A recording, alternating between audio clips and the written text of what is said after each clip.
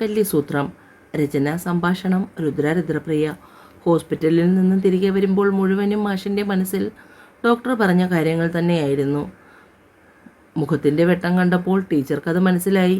ഇങ്ങനെ സങ്കടപ്പെടേണ്ട കാര്യമുണ്ടോ മാഷേ? എൻ്റെ പ്രായം 22 ഒന്നുമല്ല, 40 കഴിഞ്ഞില്ലേ? അപ്പോൾ പിന്നെ അതിൻ്റേതായ ബുദ്ധിമുട്ടുകളും കാണും. അത് ഡോക്ടർ നേരത്തെ പറഞ്ഞതാണോ ഇപ്പോൾ കുഴപ്പമായത്? മാഷിൻ്റെ വീർപ്പിച്ച് വെച്ച മുഖം കാണുമ്പോൾ എനിക്കാണ് പേടിയാകുന്നത്. ടീച്ചറിൻ്റെ മുഖം വാടിയപ്പോൾ മാഷ് പെട്ടെന്ന് കയ്യിൽ ചേർത്ത് പിടിച്ചു. പെട്ടെന്ന് കേട്ടപ്പോൾ മനസ്സിൽ വല്ലായ്മ, അല്ലാതെ കുഴപ്പമൊന്നുമില്ലടോ. ഇനി അതോർത്ത് താൻ സങ്കടപ്പെടണ്ട. 1 മാസം കൂടി സ്കൂളിൽ വന്നതിന് ശേഷം ലീവാക്കാം. ഉണ്ണിത്താമാഷിനോട് ഞാൻ കാര്യങ്ങളൊക്കെ സംസാരിച്ച് വെച്ചിട്ടുണ്ട്. കുറച്ച് മീനും ചിക്കനും ഒക്കെ വാങ്ങിക്കൊണ്ട് പോയെങ്കിൽ എന്തെങ്കിലും ഉണ്ടാക്കാം. ഇന്ന് മക്കൾ വരുന്ന ദിവസമല്ലേ? ടീച്ചർ പറയുമ്പോൾ മാഷ് ടീച്ചറിൻ്റെ മുഖത്തേക്ക് നോക്കി. ഇപ്പോൾ കുറച്ച് നാളായി അവർ സ്ഥിരം വരുമ്പോൾ ഇതൊക്കെ കൊണ്ടുവരുന്നില്ലേ ടീച്ചറെ? അവർ തന്നെ കൊണ്ടുവന്നുണ്ടാക്കി സന്തോഷത്തോടു കൂടിയല്ലേ നമ്മൾ കഴിക്കുന്നത്. അത് മതി. ഇനി ഇതെല്ലാം വാങ്ങിക്കെട്ടി കൊണ്ടുപോയാൽ താൻ അടുക്കളയിൽ കയറും. അതെന്തായാലും വേണ്ട. നേരെ പോയി കിടന്നുകൊള്ളണം. ബാക്കി ജോലിയൊക്കെ ഞാൻ ചെയ്തോളാം. ടീച്ചർ മറുപടിയായി അതിനൊന്ന് പുഞ്ചിരിച്ചു. പറഞ്ഞതുപോലെ വൈകുന്നേരം മക്കളെല്ലാവരും വന്നു. ഹോസ്പിറ്റലിൽ പോയ വിശേഷമൊക്കെ തിരക്കുമ്പോൾ ഡോക്ടർ പറഞ്ഞ കാര്യങ്ങൾ മാഷ് അതുപോലെ ഏവരെയും അറിയിച്ചു. എല്ലാവർക്കും അത് കേട്ടപ്പോൾ പെട്ടെന്ന് സങ്കടം തോന്നി. പിന്നീട് ആലോചിച്ചപ്പോൾ ടീച്ചറിൻ്റെ പ്രായവും മറ്റും വലിയൊരു കാരണം തന്നെയാണെന്ന് ഓരോരുത്തർക്കും സ്വയം മനസ്സിലായി. എങ്കിലും പിന്നീട് അങ്ങോട്ടൊരു കാത്തിരിപ്പ് തന്നെയായിരുന്നു. മാഷിനാണെങ്കിൽ ഇപ്പോൾ സ്കൂളിൽ വാർഷിക പരീക്ഷ സമയമായതുകൊണ്ട് ലീവ് എടുത്ത് നിൽക്കാനോ മാറി നിൽക്കാനോ പറ്റില്ല. അതുകൊണ്ട് കുറച്ച് നാളത്തേക്ക് സുഭദ്ര ടീച്ചറുടെ ഒപ്പം വന്ന് നിൽക്കാമെന്ന് തീരുമാനിച്ചു. ഇടയ്ക്ക് വർഷയും സരയുവും മാറി മാറി വരും. അംബികയും അച്യുതനും വരദയുടെ ഒപ്പം വന്ന് നിൽക്കാം എന്നാണ് ആദ്യം പറഞ്ഞിരുന്നത്. പക്ഷേ അതിനിടയിലാണ് അച്യുതനിടയ്ക്ക് പറമ്പിൽ തെന്നി വീണ് അതോടുകൂടി കാലിന് ഫ്രാക്ചറായി. ഇപ്പോൾ വീട്ടിൽ കിടപ്പാണ്. അതിൻ്റെ സങ്കടം കൂടിയുണ്ട് അംബികയ്ക്കപ്പോൾ. രാവിലെ സ്കൂളിൽ പോയി കഴിഞ്ഞാൽ ഇൻ്റർവെൽ കിട്ടുന്ന സമയത്തൊക്കെ മാഷ് ടീച്ചറിനെ വിളിക്കും. 8 മാസം കഴിഞ്ഞതോടുകൂടി വയറൽപ്പം കൂടി ഇടിഞ്ഞു താണിട്ടുണ്ട്. കാലിൽ നീരുവീക്കവും അസ്വസ്ഥതയും. ഇപ്പോൾ കുറച്ചുകൂടി തടിച്ചിട്ടുണ്ട്. ഇപ്പോൾ കാണാൻ നല്ല ചന്തം. അത് സുഭദ്ര പറയുകയും ചെയ്തു. രാത്രി കിടക്കാൻ നേരം മാഷ് ബെഡിൽ തട്ട് വിരിക്കുമ്പോഴാണ് ടീച്ചർ വലിയ വയറും താങ്ങിപ്പിടിച്ച് അകത്തേക്ക് ചെന്നത്. ആദ്യത്തെ 2 മാസം കഴിഞ്ഞപ്പോൾ തന്നെ ടീച്ചർ മാഷും കൂടി മുകളിൽ നിന്ന് താമസം താഴേക്ക് മാറ്റി. ടീച്ചർക്ക് സ്റ്റെപ്പ് കയറി ഇറങ്ങുന്നത് ഒഴിവാക്കാൻ വേണ്ടിയായിരുന്നു അത്.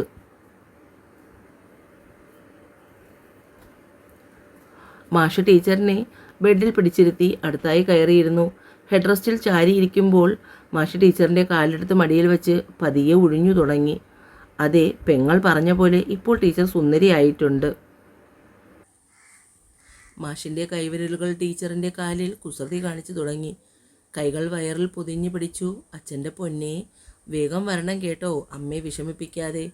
അമ്മ പാവമല്ലേ? മാഷിൻ്റെ ചുണ്ട് വയറിൽ പൊതിഞ്ഞു. ടീച്ചർ മാഷിൻ്റെ മുടിയിഴകളിൽ തഴുകി വിട്ടു. ശരിക്കും പറഞ്ഞാൽ എനിക്ക് ഈ വയറ്റിൽ കിടക്കുന്ന ആളെ കാണാൻ കൊതിയായടോ. അത്രയ്ക്ക് ആഗ്രഹമായി പോയോ മാഷേ? ടീച്ചർ കളിയാക്കി. പിന്നെ ഒരുപാട് കൊതിയായി. രാവിലെ മാഷ് എഴുന്നേൽക്കുമ്പോൾ ടീച്ചർ നല്ല ഉറക്കമാണ്. പെങ്ങൾ വീട്ടിലുള്ളത് കൊണ്ട് തന്നെ കാര്യങ്ങളൊക്കെ കൃത്യമായി നടക്കുന്നുണ്ട്. വന്നിട്ടിപ്പോൾ 2 ആഴ്ച കഴിഞ്ഞു. ടീച്ചറിൻ്റെ പ്രസവത്തിൻ്റെ ഡേറ്റ് എടുത്തിരിക്കുന്നത് കൊണ്ട് ഇനിയിപ്പോൾ എല്ലാം കഴിഞ്ഞിട്ട് പോകാമെന്നാണ് പെങ്ങൾ പറയുന്നത്. മാഷിനത് വല്ലാത്ത ആശ്വാസം നൽകി. മാഷ് ഡ്രസ്സ് മാറി താഴേക്ക് ചെല്ലുമ്പോൾ പെങ്ങൾ കഴിക്കാനുള്ളത് എടുത്തു വെച്ചിരുന്നു. വരദ എഴുന്നേറ്റില്ലേ ബാല? ഇന്നലെ മുതൽ വല്ലാത്ത ക്ഷീണമാണ്. അതുപോലെ വയറും നല്ലവണ്ണം താണിട്ടുണ്ട്. ഇനിയിപ്പോൾ അധിക ദിവസമുണ്ടെന്ന് എനിക്ക് തോന്നുന്നില്ല.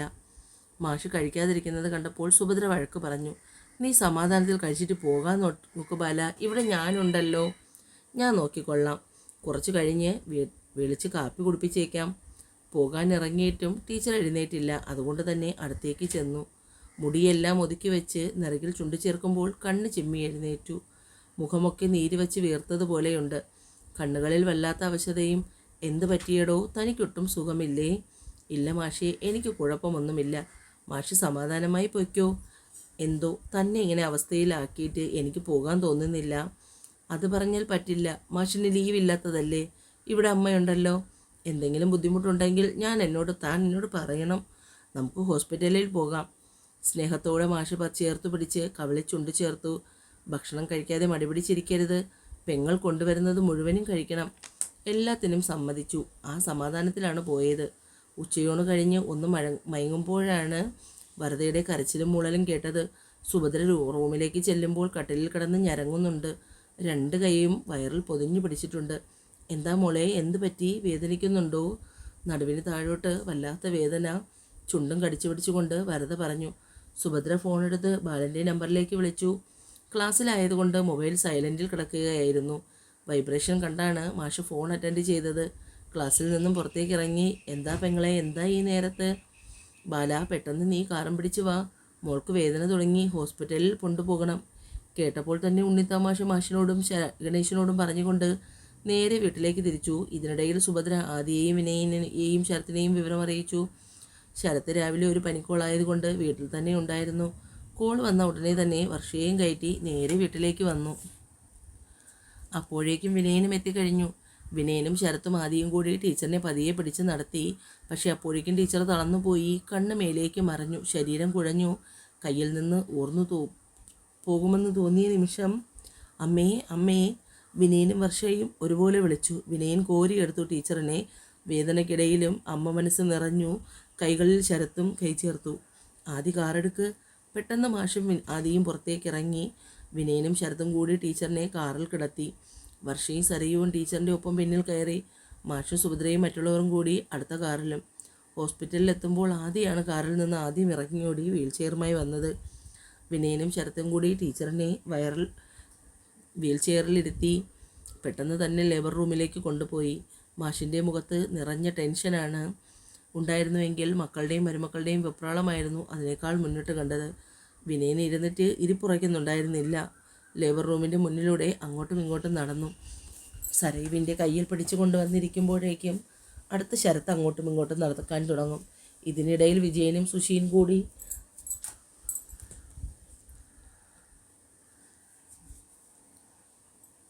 ചേർന്ന് അംബികയെ അച്യുതനെയും ഹോസ്പിറ്റലിലേക്ക് കൊണ്ടുവന്നു. ശരത്ത് കസേരയിൽ ഇരിക്കുമ്പോൾ വിനയൻ എഴുന്നേറ്റ് നടക്കും. ഒടുവിൽ ലേബർ റൂമിൽ നിന്നും 2 നേഴ്സ് പുറത്തേക്ക് വരുമ്പോൾ 2 പേരും കൂടി ഓടി അവരുടെ അടുത്തേക്ക് ചെന്നു. സിസ്റ്റർ, ഇപ്പോൾ കൊണ്ടുവന്ന പേഷ്യൻ്റ് വരദ ബാലചന്ദ്രൻ. നിങ്ങൾ അവിടെ പോയി ഇരിക്കൂ, അത്യാവശ്യമുള്ളപ്പോൾ വിളിക്കാം. വീണ്ടും 2 പേരും കൂടി സീറ്റിൽ വന്നിരിക്കും. നേരത്തെ വന്ന സിസ്റ്റർ ഇറങ്ങി വരുന്നതും ചില പേപ്പറുകൾ ബാലചന്ദ്രനെ കൊണ്ട് സൈൻ ചെയ്ത് വാങ്ങിച്ചകത്തേക്ക് പോയി. പിന്നെ 1 മണിക്കൂർ കൂടി വെയിറ്റ് ചെയ്യേണ്ടി വന്നു. വരദ ബാലചന്ദ്രൻ. ഡെലിവറി കഴിഞ്ഞു, ആൺകുട്ടിയാണ്. എല്ലാവർക്കും സന്തോഷം സഹിക്കാൻ കഴിഞ്ഞില്ല. വിനയനും വർഷയും ഓടിച്ചെന്ന് അച്ഛനെ കെട്ടിപ്പിടിച്ചു. സുഭദ്രയുടെയും ശരത്തിൻ്റെയും സരയുവിൻ്റെയും ആദിയുടെയും അവസ്ഥയും ഇത് തന്നെയായിരുന്നു. പിന്നെ അങ്ങോട്ട് ഹോസ്പിറ്റൽ മുഴുവനും മധുരപലഹാരങ്ങൾ വിതരണം ചെയ്യുന്ന തിരക്കിലും. കുഞ്ഞിനെ പുറത്തേക്ക് കൊണ്ടുവരുമ്പോൾ വിനയനും വർഷയും കൂടി വാങ്ങി ബാലൻ്റെ കയ്യിൽ ഏൽപ്പിച്ചു. അതിനു മുമ്പ് ചേട്ടൻ്റെയും ചേച്ചിയുടെയും സ്നേഹചുംബനം കൊടുക്കാനും മറന്നില്ല. ശരിക്കും പറഞ്ഞാൽ വല്ലാത്ത സന്തോഷം നിറഞ്ഞ അവസ്ഥയിലൂടെയാണ് ഇരുവരും കടന്നുപോയത്. ഇത്രയും പ്രായത്തിന് ശേഷം ചേച്ചിയും ചേട്ടനും ആവുന്നതിൻ്റെ. കുഞ്ഞിൻ്റെ ബാലൻ്റെ കയ്യിൽ വെച്ച് കൊടുത്തിട്ട് 3 പേരും കെട്ടിപ്പിടിച്ച് നിന്നു. അടുത്ത ദിവസം രാവിലെയാണ് ടീച്ചറെ റൂമിലേക്ക് കൊണ്ടുവന്നത്. ടീച്ചറിൻ്റെ അടുത്തേക്ക് വിനയനും വർഷയും വേഗം വന്നു. 2 കൈകളിലും ചേർത്ത് പിടിച്ചു. വിനയൻ ടീച്ചറിൻ്റെ കയ്യിൽ ചുണ്ട് ചേർത്തു. മാപ്പ് എല്ലാത്തിനും. കണ്ണ് നിറച്ചുകൊണ്ട് പറയുന്ന അവൻ്റെ കവിളിൽ ടീച്ചർ പതിയെ തട്ടിവിട്ടു. വർഷ ടീച്ചറിൻ്റെ നെറുകയിൽ ചുണ്ട് ചേർത്തു. 2 തുള്ളി കണ്ണുനീർ ടീച്ചറിൻ്റെ നെറുകിൽ വീണ് ചിതറി. കുഞ്ഞിനെ വർഷ തന്നെയാണ് എടുത്ത് ടീച്ചറിൻ്റെ അടുത്ത് വെച്ച് കൊടുത്തത്. എല്ലാവരും കുഞ്ഞിനെ കണ്ടു കഴിഞ്ഞ് റൂമിന് പുറത്തേക്ക് ഇറങ്ങിക്കൊടുത്തു. കതകും ചാരി എല്ലാവരും പുറത്തേക്ക് ഇറങ്ങിപ്പോയപ്പോൾ മാഷ് എഴുന്നേറ്റ് ടീച്ചറിൻ്റെ അടുത്തേക്ക് ചെന്നു. കുഞ്ഞിനെയും ടീച്ചറിനെയും ചേർത്ത് പിടിച്ച് 2 പേരുടെയും നെറ്റിയിൽ ചുണ്ട് ചേർത്തു. മാഷിൻ്റെയും ടീച്ചറിൻ്റെയും കണ്ണും ഒരുപോലെ നിറഞ്ഞിരുന്നു. ഇപ്പോൾ ഒരുപാട് സന്തോഷം തോന്നുന്നുണ്ട്. തനിക്ക് വയ്യാതായപ്പോൾ ഞാൻ കണ്ടതാണ് നമ്മുടെ മക്കളുടെയും മരുമക്കളുടെയും സ്നേഹം. പിന്നീട് അങ്ങോട്ട് എല്ലാവരും ഹോസ്പിറ്റലിൽ തന്നെയായിരുന്നു. സ്കൂളിൽ നിന്നും ഉണ്ണിത്താൻ മാഷും രാധ ടീച്ചറും ഗണേശൻ മാഷും ഒക്കെ കാണാൻ വന്നിട്ടുണ്ടായിരുന്നു. ശരത്തും വിനയനും ടീച്ചറിനെ ഡിസ്ചാർജ് ചെയ്ത് വീട്ടിൽ കൊണ്ടുവരുന്നത് വരെ ലീവാണെന്ന് പ്രഖ്യാപിക്കുകയും ചെയ്തു. ഏതു നേരവും കുഞ്ഞിനെയും എടുത്തുകൊണ്ട് അങ്ങോട്ടും ഇങ്ങോട്ടും നടക്കും വിനയനും ശരത്തും. അങ്ങനെ ടീച്ചറുടെ പ്രസവം ഒരാഘോഷമാക്കി മാറ്റി എന്ന് തന്നെ പറയാം. ഇന്നാണ് കുഞ്ഞിൻ്റെ 28 കെട്ട്. നേരത്തെ പറഞ്ഞു വെച്ചതനുസരിച്ച് എല്ലാവരും പിങ്ക് ഡ്രസ്സാണ് ധരിച്ചത്. ആണുങ്ങളെല്ലാം പിങ്ക് കുർത്തയും മുണ്ടും, സ്ത്രീകൾ പിങ്ക് സാരി. മാഷ് ആദ്യം ഒന്നും സമ്മതിച്ചില്ലെങ്കിലും ഒടുവിൽ മക്കളുടെയും മരുമക്കളുടെയും നിർബന്ധം കൂടിയായപ്പോൾ മാഷും സമ്മതിച്ചു. ടീച്ചറും പിങ്ക് സാരിയായിരുന്നു. അച്യുതനെയും അംബികയെയും വിജയനെയും സുഷിയെയും വരെ ഈ വേഷം കെട്ടിച്ചു. ആഘോഷപൂർവ്വം കുഞ്ഞി ചെറുക്കൻ്റെ നൂലുകെട്ട് കഴിഞ്ഞു. നൂലുകെട്ടിൻ്റെ അന്ന് തന്നെ പേര് വിളിക്കൽ ചടങ്ങ് കൂടി നടത്തി. വിനയൻ്റെ മടിയിൽ കുഞ്ഞിനെ ഇരുത്തി വർഷയും വിനയനും കൂടിയാണ് പേര് വിളിച്ചത്. വൈഷ്ണവ് ബാലചന്ദ്രൻ. എല്ലാവരും ആ പേര് ഒരുപാട് ഇഷ്ടമായി. വിനയ് ബാലചന്ദ്രൻ, വർഷ ബാലചന്ദ്രൻ, വൈഷ്ണവ് ബാലചന്ദ്രൻ. അങ്ങനെ പേരിൻ്റെ കാര്യത്തിലും തീരുമാനമായി. വീട്ടിൽ അവനെ വിച്ചു എന്ന് വിളിച്ചു. സദ്യയും മറ്റും കഴിഞ്ഞ് ചെക്കൻ അവൻ്റെ തനി സ്വഭാവം എടുത്തു. നിലത്ത് കിടക്കാത്ത നിലവിളി. അളിയനും ഏട്ടനും ചേർന്ന് പഠിപ്പിച്ചു വെച്ച ശീലമായതുകൊണ്ട് അവർ തന്നെ എടുത്തുകൊണ്ട് നടന്നു. വൈകുന്നേരം എല്ലാം കഴിഞ്ഞതിന് ശേഷം മക്കളും മരുമക്കളും പോകാൻ ഇറങ്ങിയപ്പോൾ ടീച്ചറിൻ്റെ മാഷിന് സങ്കടമായി. ഇതുവരെ വീട്ടിൽ ബഹളവും ആളും തിരക്കുമായിരുന്നു. വിനയനും വർഷയും ശരത്തിനും തിരിച്ചു പോകുന്നത് സങ്കടം തന്നെയായിരുന്നു. പക്ഷേ കുറേ ദിവസത്തെ ലീവൊക്കെ കഴിഞ്ഞതുകൊണ്ട് ഇനി ലീവ് എടുക്കാനുള്ള സാഹചര്യമില്ല. അങ്ങനെ വീണ്ടും കാര്യങ്ങളൊക്കെ പഴയ താളത്തിലായി. കുഞ്ഞിനെ തൊട്ടിലിൽ മാറ്റി കിടത്തി കഴിഞ്ഞപ്പോൾ മാഷ് ടീച്ചറിൻ്റെ അടുത്തേക്ക് വന്നു. പ്രസവം കഴിഞ്ഞപ്പോൾ താൻ ഒന്നുകൂടി സുന്ദരിയായിട്ടുണ്ട്. മാഷ് പ്രത്യേക താളത്തിൽ പറഞ്ഞുകൊണ്ട് ടീച്ചറിൻ്റെ അടുത്തേക്ക് ഇരുന്നു. ദിവസങ്ങൾ ആർക്കു വേണ്ടിയും കാത്തു നിൽക്കാതെ ഓടി മറഞ്ഞു. അച്യുതനും അംബികയും ഇപ്പോൾ മാഷിൻ്റെയും ടീച്ചറിൻ്റെയും ഒപ്പമാണ്. കാരണം ടീച്ചറിൻ്റെ പ്രസവ അവധി കഴിഞ്ഞ് സ്കൂളിൽ പോയി തുടങ്ങി. അപ്പോൾ പിന്നെ കുഞ്ഞിനെ നോക്കാൻ ആളില്ലാതെയായി. അതുകൊണ്ടാണ് അച്യുതനും അംബികയും ഇങ്ങോട്ട് താമസം മാറ്റിയത്. അതെന്തുകൊണ്ട് നന്നായെന്ന് മാഷ് എപ്പോഴും പറയും. കാരണം കുഞ്ഞിനെ നോക്കാൻ പുറത്തുനിന്ന് ആരെങ്കിലും ആക്കാമെന്നാണ് ആദ്യം കരുതിയത്. പക്ഷേ ഇപ്പോഴത്തെ കാലത്ത് നമുക്ക് ആരെയും വിശ്വസിച്ച് വീട്ടിൽ നിർത്താൻ കഴിയില്ല. കുഞ്ഞ് വൈഷ്ണവാണെങ്കിൽ കുറുമ്പനാണ്. എപ്പോഴും ആരെങ്കിലും എടുത്തുകൊണ്ടിരിക്കണം, അല്ലെങ്കിൽ അവൻ കരയും. സരയുവും വർഷയും ശരത്തും വിനയനും ആദിയും സുഭദ്രയും ഒക്കെ വരുമ്പോൾ എപ്പോഴും അവനെ എടുത്തുകൊണ്ടിരിക്കും. ചെറുക്കൻ അങ്ങനെ കള്ളം പഠിച്ചു വെച്ചിരിക്കുകയാണെന്നാണ് ടീച്ചർ പറയുന്നത്. അവർ പൊയ്ക്കഴിയുമ്പോൾ പിന്നെ അവനെ നിലത്ത് കിടക്കാൻ വലിയ പാടാണ്. സ്കൂളിൽ നിന്നും വന്നു കഴിഞ്ഞാൽ പിന്നെ മാഷിൻ്റെ കയ്യിലാണ്. പിന്നെ ഉറങ്ങുന്നത് വരെ അവന് മറ്റാരും വേണ്ട.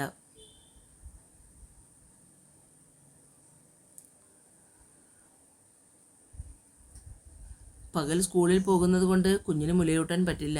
പക്ഷെ അതിൻ്റെ വാട്ടവും പലിശയും കൂടി ചേർത്ത് കുഞ്ഞി ചെറുക്കൻ രാത്രി മുഴുവൻ ടീച്ചറിനെ ഇടം വല്ലം തിരിയാൻ സമ്മതിക്കാതെ പാല് കുടിക്കും. ഓരോ ദിവസവും ചെക്കൻ്റെ പിടിവാശി കൂടുവാണ്. അതിന് കൂട്ടു നിൽക്കാൻ ആളുണ്ടല്ലോ. ടീച്ചർ മാഷിനോട് പരാതി പറയുകയാണ്.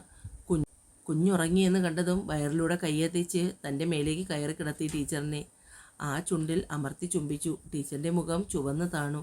മാഷിൻ്റെ നെഞ്ചിൽ ചുണ്ട് ചേർത്തു. ടീച്ചറെയും ചേർത്ത് പിടിച്ച് ചരിഞ്ഞു കിടന്നു. ആ മുഖം മുഴുവൻ ചുണ്ട് ചേർത്തു. മാഷിൻ്റെ ചോദ്യം കേട്ടപ്പോൾ എന്തിനാ ഈ കള്ളപ്പിണക്കം? ഇതുപോലെ സ്നേഹിക്കപ്പെടാൻ? മാഷിൻ്റെ നെഞ്ചിൽ മുഖം ഒളിപ്പിച്ചു ടീച്ചർ. രാവിലെ ബ്ലൂവും വൈറ്റും കോമ്പിനേഷൻ ഡ്രസ് കോഡിൽ എല്ലാവരും ഒരുങ്ങി ഇറങ്ങി. ആദ്യം അമ്പലത്തിൽ പോയി പ്രാർത്ഥിച്ചു. ഇന്നാണ് വൈഷ്ണവ് ബാലചന്ദ്രൻ്റെ 1ാം പിറന്നാൾ. അതിൻ്റെ ആഘോഷത്തിമിർപ്പിലാണ് എല്ലാവരും. രാവിലെ എല്ലാവരും അമ്പലത്തിൽ പോയി തൊഴുത് ഉച്ചയ്ക്ക് ചെറിയ രീതിയിൽ സദ്യയും അറേഞ്ച് ചെയ്തിട്ടുണ്ടായിരുന്നു. ശരിക്കും ഉള്ള ഫംഗ്ഷൻ ആരംഭിക്കുകയാണ്. വൈകുന്നേരം 5 മണിക്കാണ്. മക്കളും മരുമക്കളും കൊച്ചുമക്കളും അച്ഛനും അമ്മയും എല്ലാം ഒരേ ഡ്രസ് കോഡിൽ. ബാലചന്ദ്രൻ്റെയും വരതയുടെയും നടുക്ക് നിന്ന് കുഞ്ഞു വൈഷ്ണവ് കേക്ക് കട്ട് ചെയ്തു. ആദ്യ പീസ് അവൻ നൽകിയത് അടുത്ത് നിന്ന വിനയനും വർഷയ്ക്കുമായിരുന്നു. 2 പേരും കൂടി അവനെ കോരിയെടുത്തു. കവിളിലും മാറി മാറി ഉമ്മ വെച്ചു. ശരിക്കും പറഞ്ഞാൽ ടീച്ചറിനെയും മാഷിനേക്കാളും കൂടുതൽ ഇഷ്ടം വൈഷ്ണവിന് വിനയനെയും വർഷയുമാണ്. അടുത്ത പീസ് കേക്ക് മാഷിനും ടീച്ചർക്കും, പിന്നെ ശരത്തിനും സരയുവിനും, ആദിക്കും യമുനയ്ക്കും സുഭദ്രയ്ക്കും. അങ്ങനെ നീണ്ടു. എല്ലാവരും സന്തോഷത്തിമിർപ്പിലാണ്. എല്ലാം കണ്ടുകൊണ്ട് കാലം കുടയും മടക്കി കഷത്ത് വെച്ച് ഗോവിന്ദനും ഇരിപ്പുണ്ടായിരുന്നു. അന്ന് ഞാൻ മാഷിൻ്റെ പുറകെ നടന്ന് ഈ കല്യാണം നടത്തിയത് നന്നായെന്ന് ഇപ്പോൾ നിങ്ങൾക്കും തോന്നുന്നുണ്ടല്ലോ. എല്ലാവരോടുമായി ചോദിച്ചപ്പോൾ നിറഞ്ഞ ചിരിയായിരുന്നു എല്ലാവരുടെയും മറുപടി. അതിൽ നിന്ന് തന്നെ മനസ്സിലാക്കാൻ പറ്റും ആ കുടുംബം ഇപ്പോൾ അനുഭവിക്കുന്ന സന്തോഷം എത്രയാണെന്ന്. മാഷിൻ്റെയും ടീച്ചറിൻ്റെയും കഥ പറഞ്ഞു തുടങ്ങിയ മംഗല്യസൂത്രം ഇവിടെ അവസാനിക്കുകയാണ് കൂട്ടരെ. ഇത്രയും നാൾ എൻ്റെ കഥയോടൊപ്പം എന്നെ യാത്ര ചെയ്ത എല്ലാവരോടും നിറഞ്ഞ സ്നേഹം മാത്രം. ഇനിയും എഴുതി ഭംഗി കളയാൻ നിൽക്കുന്നില്ല. എന്നെ സപ്പോർട്ട് ചെയ്യാത്തവർ ഈ അവസാനത്തെ പാർട്ടിലെങ്കിലും എൻ്റെ ചാനൽ സബ്സ്ക്രൈബ് ചെയ്യണേ കൂട്ടുകാരെ. സ്റ്റോറീസ് ഓഫ് രുദ്രാരുദ്രപ്രിയയും വേൾഡ് ഓഫ് രുദ്രാരുദ്രപ്രിയയും ഷോർട്ട് സ്റ്റോറീസ് ഓഫ് രുദ്രാരുദ്രപ്രിയയും